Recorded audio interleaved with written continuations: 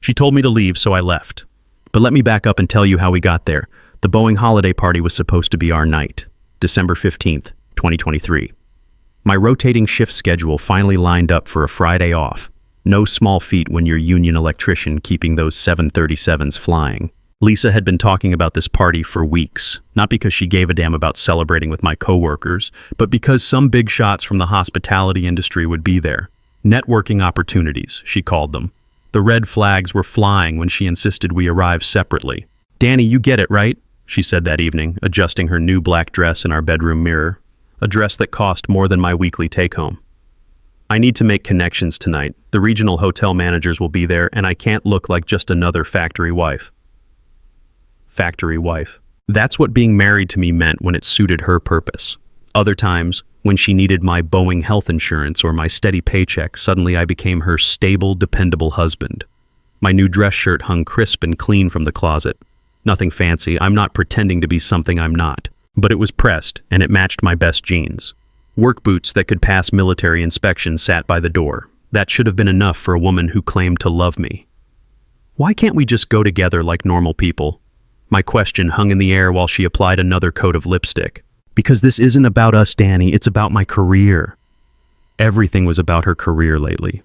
The late nights, the weekend conferences, the way she'd started talking about our neighborhood like it was some kind of prison sentence. The Grand Hyatt ballroom buzzed with energy when I arrived 30 minutes after her.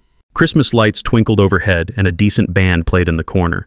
Lisa was right where I expected, center stage near the bar, laughing at something a tall guy in a $1,000 suit had said. Ryan Brooks. His name came up constantly in Lisa's endless work stories. Hotel regional manager, her mentor in the events business. The guy looked like every other corporate climber I'd ever met. Hairstyled by someone who charges more per hour than I make in a day, perfect teeth, perfect everything except his character. I walked straight through the crowd, nodding to my coworkers along the way. Tommy from electrical, Steve from maintenance, good guys who'd probably stick around for the whole party and actually enjoy themselves instead of treating it like a business transaction. "Hey, babe," I said when I reached Lisa. She turned, and for just a second, her smile died. "Oh, Danny, you made it." Her eyes flicked to Ryan, then back to me. "Danny, this is Ryan Brooks. Ryan, my husband." Ryan extended a hand that felt like it had never touched anything rougher than silk. "Right, the electrician." The condescension dripped from every word. His eyes swept over my outfit with barely concealed amusement, like he was measuring me for a coffin. The next hour crawled by like a death march. Lisa stayed glued to Ryan's side, discussing hotel occupancy rates and event booking strategies like they were planning world peace. When she bothered acknowledging me at all, it was to send me for drinks or introduce me as my husband. He works in manufacturing. Never Danny. Never my electrician husband who keeps multi-million-dollar aircraft flying safely. Just generic manufacturing guy, like I assembled widgets instead of wiring systems that people's lives depended on. A group of Lisa's colleagues gathered around Ryan like he was dispensing wisdom from Mount Sinai. They laughed too loud at his jokes, agreed too quickly with his opinions. Lisa fit right in, playing her part in the corporate theater. "So you're the husband we've heard so much about," said one of the women, Sarah something from Lisa's office. Her smile didn't reach her eyes. "Guilty as charged." "Lisa's told us about your work." The pause before work hit like a slap. Like what I did for a living was some kind of hobby instead of skilled labor that required years of training and kept the economy running. "Someone's got to keep the lights on," I said. Ryan's laugh cut through the conversation. "That's one way to put it." The band started playing The Way You Look Tonight, and couples began drifting toward the dance floor. This was my chance. "Dance with me?" I asked Lisa, extending my hand with the confidence of a man who'd been married to this woman for 6 years. My hand hung in the air like an idiot's. "Jesus, Danny, not here. These people know me." The rejection hit harder than any punch I'd ever taken. "Come on, it's a slow song. Just one dance." "I don't do work boot dancing," she said, loud enough that Ryan's whole circle could hear, loud enough that Tommy and Steve, standing 10 feet away, both looked down at their drinks. Lisa actually pushed my hand away and turned back to Ryan. "Sorry about that. Where were we?" Tommy looked away. Steve suddenly found his beer fascinating. Around us, conversations paused just long enough for people to register what had happened before quickly resuming. I walked away because what else could I do? 'Cause a scene? Drag her onto the dance floor? That wasn't my style, and it sure wasn't going to win me any respect. The bartender was pouring before I even sat down. A double whiskey materialized in front of me without me asking for it. "Rough night," Tommy said, appearing at my elbow. "Yeah. She always talked to you like that?" The question hung heavy between us. Tommy had been at our wedding. He'd seen us during the good times, back when Lisa still smiled when I walked into a room. Not always. 15 minutes later, the band transitioned into At Last by Etta James, and my wife glided onto the dance floor in Ryan Brooks's arms. They moved together like they'd rehearsed this moment. His hand rested low on her back. Her fingers played with the hair at the base of his neck. They whispered secrets, shared private jokes, gazed into each other's eyes with the kind of intimacy I hadn't seen from my wife in months. This wasn't networking. This was foreplay. "Damn, brother," Tommy said, sliding up next to me. "That's some cold shit." The beer disappeared in one angry gulp. "Yeah. You gonna do something about it?" Lisa threw her head back and laughed at something Ryan whispered in her ear. The sound carried across the dance floor like nails on a chalkboard. "Yeah, I think I am." The confrontation came when the song ended. The couples parted as I cut straight through the dance floor, past the whispers that were starting to follow me like smoke. "Lisa," she turned, still in Ryan's arms. "What?" "We came together. We should dance together." Her eyes went arctic. "Danny, don't do this. Not here." "Do what? Ask my wife to dance with me instead of another man?" Ryan stepped forward, puffing up like a peacock. "Hey, buddy, maybe you should shut your mouth." The words came out flat and cold. "This is between me and my wife." Lisa held up a hand. "If you don't like how I live my life," she said, her voice carrying across half the dance floor, "then leave." The ballroom didn't go silent, but it got quiet enough that everyone within 30 feet heard my wife telling me to get lost at our own company party. Quiet enough that Ryan's smirk was visible to half the room. This woman stood before me like a stranger. The woman I'd worked double shifts to help through college. The woman I'd supported while she built her career, who now acted like being married to me was some kind of disease. "Okay," I said. That was it. Just okay. I turned and walked out of the ballroom, past the Christmas decorations and the happy couples and the co-workers who were trying to pretend they hadn't just witnessed my marriage implode in real time. The December air slapped me awake, but it felt clean compared to the atmosphere I'd just escaped. The truck's heater blasted while my mind cleared and my plan took shape. Home was a 20-minute drive through empty streets. Our house sat dark and quiet, just like our marriage had been for months. But tonight was different. Tonight was the end of something. 6 years of marriage generates a mountain of stuff. Clothes, books, tools, memories. But when you really think about it, most of it belongs to the marriage, not to you.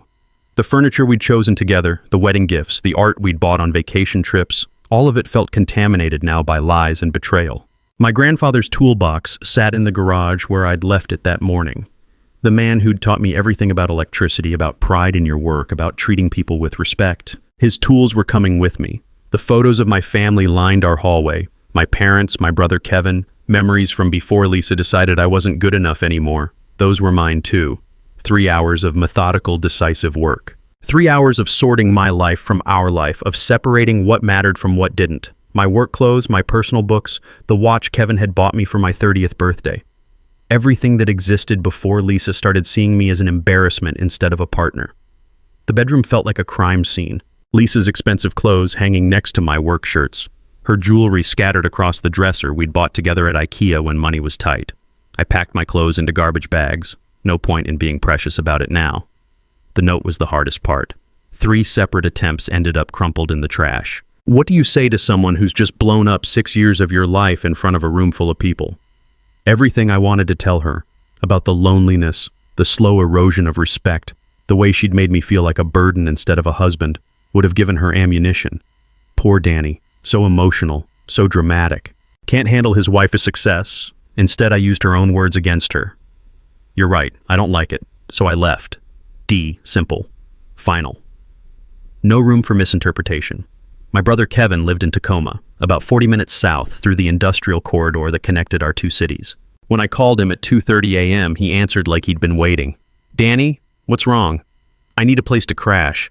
Just tonight, maybe a few days." Silence stretched between us while he processed this.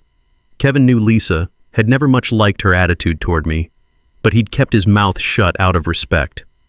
"Yeah, of course. You okay to drive?" "I'm fine. See you in an hour." Kevin's apartment smelled like coffee and bachelor freedom. We sat up until dawn at his kitchen table, drinking beer and talking through what had happened. He didn't offer advice or judgment, just listened and nodded in the right places. "She really said that? In front of everyone?" "I don't do work boot dancing," I repeated, the words still tasting like poison, like I was some kind of embarrassment. "Jesus, what are you gonna do?" The question hung between us while I figured out the answer. "Whatever I have to." Kevin's kitchen window had a clear view across the Tacoma Narrows toward Seattle. Somewhere in that direction, Lisa was probably still dancing, still networking, still living her life exactly how she wanted without giving a damn about the husband she'd just humiliated. "You know she's gonna call," Kevin said. "Yeah. You gonna answer?" "We'll see." Lisa came home at 3:15 a.m. Kevin's apartment was close enough to our neighborhood that our bedroom light cut through the darkness like a beacon.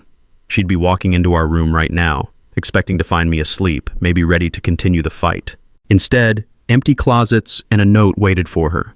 The first call came 17 minutes later. I let it ring, then another, and another. By morning, 17 missed calls cluttered my phone screen along with a string of texts that painted a perfect picture of who Lisa really was. "Really, Danny? Really? This is so dramatic over what? Me networking? You're being a child. Come home, we need to talk. Fine, don't come crawling back." Each message made me more certain I'd made the right choice. No apology for humiliating me in front of my coworkers. No recognition of what she'd done wrong. Just anger that I dared to disrupt her plan. Monday morning, I went to work like nothing had happened. But word travels fast in a union shop, and by lunch break, half the electrical crew knew I'd left my wife. "Heard you had some excitement Friday night," said Big Jim, our shop steward, settling onto the bench beside me in the break room. "You could say that. For what it's worth, nobody thinks you did anything wrong. That was some cold shit what she pulled." The support meant something, but I had bigger concerns, like the fact that my wife had probably already called a lawyer. Sure enough, Tuesday afternoon brought a call from Jennifer Hammond at Hammond & Associates. "Danny Walsh?" "Yeah. I represent Lisa Walsh. Your wife's filing papers. Abandonment and cruel treatment." So she'd filed. Faster than I'd expected, but not surprising. Lisa never did anything halfway. "I haven't been served yet." "You will be. Mrs. Walsh needs you to collect your remaining belongings at a mutually agreed time. Cruel treatment. Me. The guy who'd worked overtime to pay for her business courses, who'd listened to her complain about coworkers every night for 6 years, who'd never so much as raised his voice at her. I'll get a lawyer." "That would be smart." My union rep recommended David Park, a local attorney who specialized in working-class divorce cases. Park was in his 50s, with calloused hands and a no-bullshit attitude I appreciated immediately. "Tell me what happened," he said, when I walked into his cramped office near the courthouse. So I did. The party, the rejection, the public humiliation, the way Lisa had basically given me permission to leave. "And you took her up on it," Park said, making notes on a legal pad. "Smart. A lot of guys would have stuck around and made it worse. Is that going to hurt me? Leaving like that? Not if we can prove she was having an affair." The way Lisa and Ryan had moved together on that dance floor flashed through my mind. The familiarity, the intimacy, the way they'd whispered secrets like lovers instead of colleagues. I think she was. Think isn't enough. We need proof. Getting proof turned out to be easier than expected. Lisa had always been careless with her phone, leaving it unlocked around the house. She'd also never removed my access to our joint accounts, probably an oversight in her rush to file papers. The credit card statements told a story that made my stomach turn.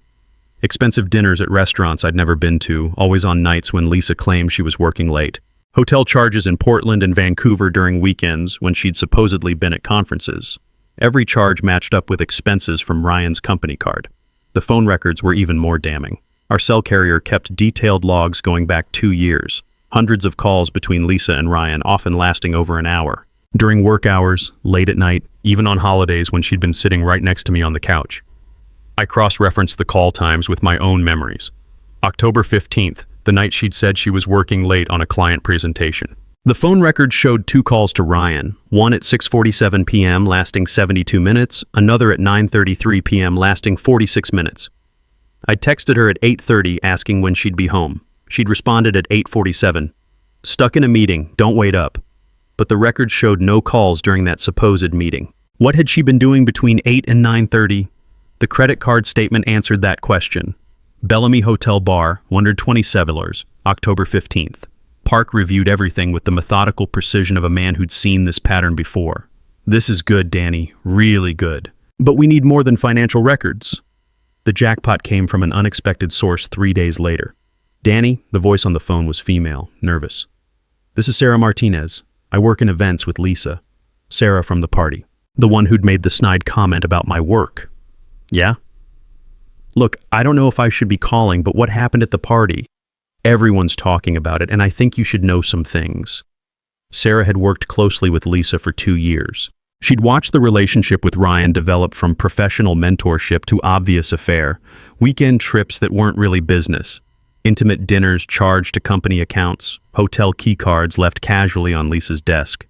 She's been bragging about it, Sarah said quietly, about how she's trading up, about how she's tired of being married to a blue-collar guy when she could have someone with real money and connections. Trading up, like I was a starter husband she'd outgrown. Would you testify to that? If I have to. What she did to you was wrong. The way she talked about you behind your back. It wasn't right. Park filed our response the following week. Not just a simple divorce, but a countersuit alleging adultery and fraud. We requested an equal split of assets, but also documented Lisa's use of marital funds to conduct her affair. The reaction came swift and predictable. Lisa's lawyer called, threatening everything from harassment charges to defamation lawsuits. Lisa herself showed up at the Boeing plant demanding to see me. Security called me to the gate where my wife stood looking like she'd aged 5 years in 2 weeks. Danny, this has gone too far, she said through the chain-link fence that separated the parking lot from the plant entrance. We can work this out without lawyers. The woman standing in front of me looked like a stranger wearing Lisa's face. Dark circles under her eyes, clothes that hung loose on her frame, hair that hadn't seen a stylist in weeks. Like we worked out the dancing thing? Her jaw tightened. That was networking. Ryan is important to my career. Ryan is screwing my wife. That's not... She stopped herself, probably remembering that her lawyer had told her to be careful what she said. Look, I know things haven't been perfect between us, but destroying each other isn't the answer. I'm not destroying anything, Lisa. I'm just telling the truth. Your truth. Your version of what happened. This woman I'd loved, this person I'd built a life with, stood there acting like I was the one who'd betrayed our marriage, like I was the one who'd humiliated her in front of a room full of people. No, I said. The truth. Phone records, credit cards, witness testimony. The kind of truth that holds up in court. She left without another word, her heels clicking across the asphalt like gunshots. The mediation notice arrived 2 weeks later. You are required to appear for court-ordered mediation on January 18th at Neutral Ground Mediation Services. Park called that afternoon to discuss strategy. Start thinking about what you actually want from this divorce, he said. Not what you want to take from Lisa out of spite, but what you genuinely need to move forward. The house? No, I didn't want it. Too many memories, too much pain. Money? Half seemed fair. We'd both contributed to building what we had. My pension? That stayed mine, no question. What did I actually want? To never have to see her again. To rebuild my life without her shadow falling across it. To never feel this way again. Neutral Ground Mediation Services occupied a renovated office building downtown. All glass and modern furniture designed to make people feel calm while they tore their lives apart. Park met me outside at 9:30. Ready? No. Good answer. Nobody's ever ready for this. He adjusted his briefcase. Remember, let me do the talking. If they make an offer, we'll caucus before responding. Don't agree to anything without consulting me first. Inside, Lisa and Jennifer Hammond were already waiting. Lisa wore a conservative navy dress, her hair pulled back, minimal makeup. She looked like she was attending a funeral, which in a way, she was. The mediator, a woman named Catherine Rivera, explained the process. We'd start together, hear positions from both sides, then split into separate rooms for private discussions. The goal, Catherine said, is to reach an agreement both parties can live with. I'm not here to judge or take sides. I'm here to facilitate communication. Hammond went first. My client is seeking an equitable distribution of marital assets, which she believes means a 60-40 split in her favor, given that Mr. Walsh abandoned the marital home and caused significant emotional distress. The words hit like physical blows. Abandoned. Emotional distress. Like I was the one who'd been cheating for 2 years. Mrs. Walsh is requesting 60% of assets, including primary possession of the house, half of Mr. Walsh's pension, and spousal support of $1,500 per month for 3 years. My blood pressure spiked. She wanted me to pay her for the privilege of being humiliated and betrayed. Park's expression didn't change. And in exchange for this generous offer, what is Mrs. Walsh prepared to give up? She'll waive any claim to Mr. Walsh's future earnings and won't pursue emotional distress damages. How magnanimous. Park opened his briefcase and pulled out a thick folder. Let me present our counteroffer. 50-50 split of all marital assets. The house is sold, proceeds divided equally. Each party keeps their own pension and retirement accounts. No spousal support on either side. Clean break. That's unacceptable, Hammond said immediately. My client has been traumatized by... Your client, Park said quietly, has been conducting an affair for 2 years. He slid the folder across the table. These are phone records between Mrs. Walsh and Ryan Brooks. Credit card statements showing hotel charges and dinners for two during times when she claimed to be working late. Witness testimony from colleagues who observed their intimate relationship. Lisa's face went white. Hammond opened the folder, read the first page, and her expression went carefully blank. These were obtained illegally. They were obtained from joint accounts and phone plans that Mr. Walsh has every legal right to access. The witness testimony comes from Mrs. Walsh's own colleagues who observed her behavior firsthand. Park leaned forward. We also have evidence that Mrs. Walsh used marital funds to conduct her affair. Hotel rooms charged to joint credit cards, expensive dinners, gifts purchased for her lover using money that belonged to both parties. The room went very quiet. Lisa was crying now, silent tears running down her face like she was the victim in all this. If this goes to trial, Park continued, all of this becomes public record. Every phone call, every hotel charge, every text message. Is that really what your client wants? Her colleagues already know about the affair? Does she want the whole city to know the details? Hammond looked shaken. We need a caucus. Catherine nodded. Of course. Mrs. Walsh and Ms. Hammond, you can use conference room B. Take all the time you need. In the hallway, Park was almost smiling. That went better than expected. She's crying. She's panicking, which means we have leverage. Park checked his watch. They'll come back with a counteroffer. Probably drop the spousal support, maybe ask for 55-45 on the assets. We hold firm. Clean break, no support, or we go to trial. 35 minutes later, Catherine came to get us. They're ready. Back in the conference room, Lisa had composed herself. Her eyes were red, but she'd stopped crying. Hammond looked like she'd just lost a major case. We've discussed your offer, Hammond said. Mrs. Walsh is willing to accept a 50-50 split of assets and sale of the marital home. However, she's requesting spousal support of $1,000 per month for 2 years. No. Park's voice cut through the room like a blade. No spousal support. Mrs. Walsh earns a competitive salary. She has no health issues preventing her from working, and she's been conducting an affair with a colleague who will presumably be contributing to her household expenses going forward. Park leaned back in his chair.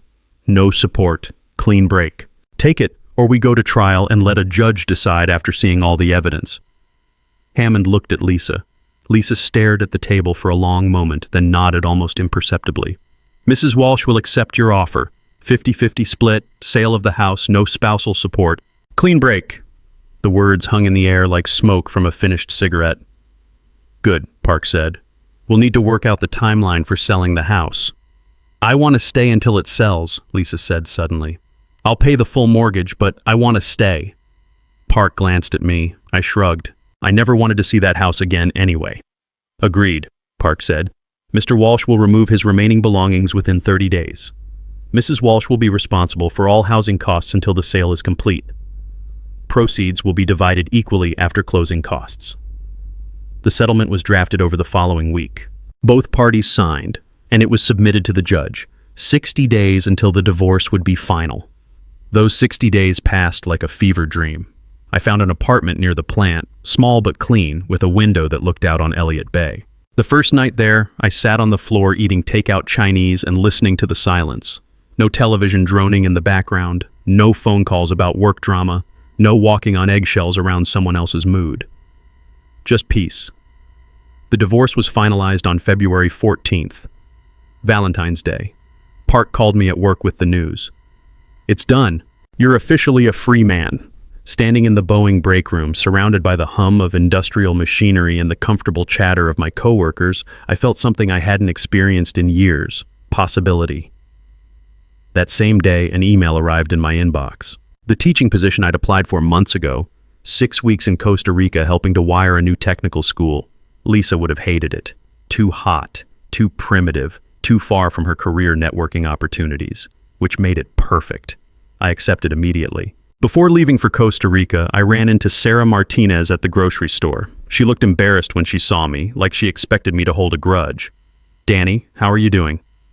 "Good, really good actually." "I heard about the divorce. I'm sorry things worked out that way." "Don't be. Best thing that could have happened to me." She smiled, and for the first time it reached her eyes. "Lisa and Ryan broke up, about a month ago." The news hit me with complete indifference. Whatever I'd felt for Lisa, love, anger, betrayal, had burned out during those mediation sessions. Guess it wasn't true love after all. Guess not. Turns out Ryan got transferred to Phoenix. Lisa couldn't follow without giving up her Seattle connections, so Sarah shrugged. What looked like romance from the outside was mostly just convenience.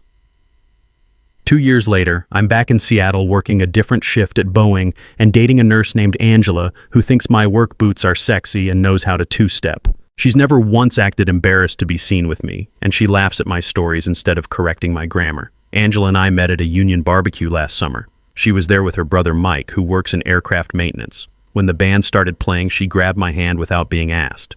"Dance with me?" she said. So we did. Right there on the grass, work boots and all. Last week, we went to her hospital's charity auction. The whole evening reminded me of that Boeing party 2 years ago, but in the best possible way. Angela introduced me to her colleagues as, "My boyfriend Danny, he's an electrician at Boeing. No apologies, no qualifications, just pride in what I do and who I am." When the band played our song, "The Way You Look Tonight," the same one Lisa had refused to dance to, Angela grabbed my hand again. "Come on, handsome. Show these doctors how a real man moves." We danced 3 songs in a row. Her friends applauded when we finished, and Angela kissed me right there in front of everyone. "You're a hell of a dancer," she whispered. "I've had some practice." After the auction, we walked along the waterfront holding hands like teenagers. Angela stopped suddenly and turned to face me. "Danny? Yeah? I'm falling in love with you." The words should have scared me. After Lisa, after everything that happened, I should have been gun-shy about love and commitment and all the ways people can hurt each other. Instead, I felt like the luckiest man alive. "Good," I said, pulling her closer, because I already fell. These days, when people ask me about my divorce, I tell them the truth. It was the best thing that ever happened to me. Lisa did me a favor when she told me to leave. She freed me to find someone who actually wanted to dance with me. And that makes all the difference in the world.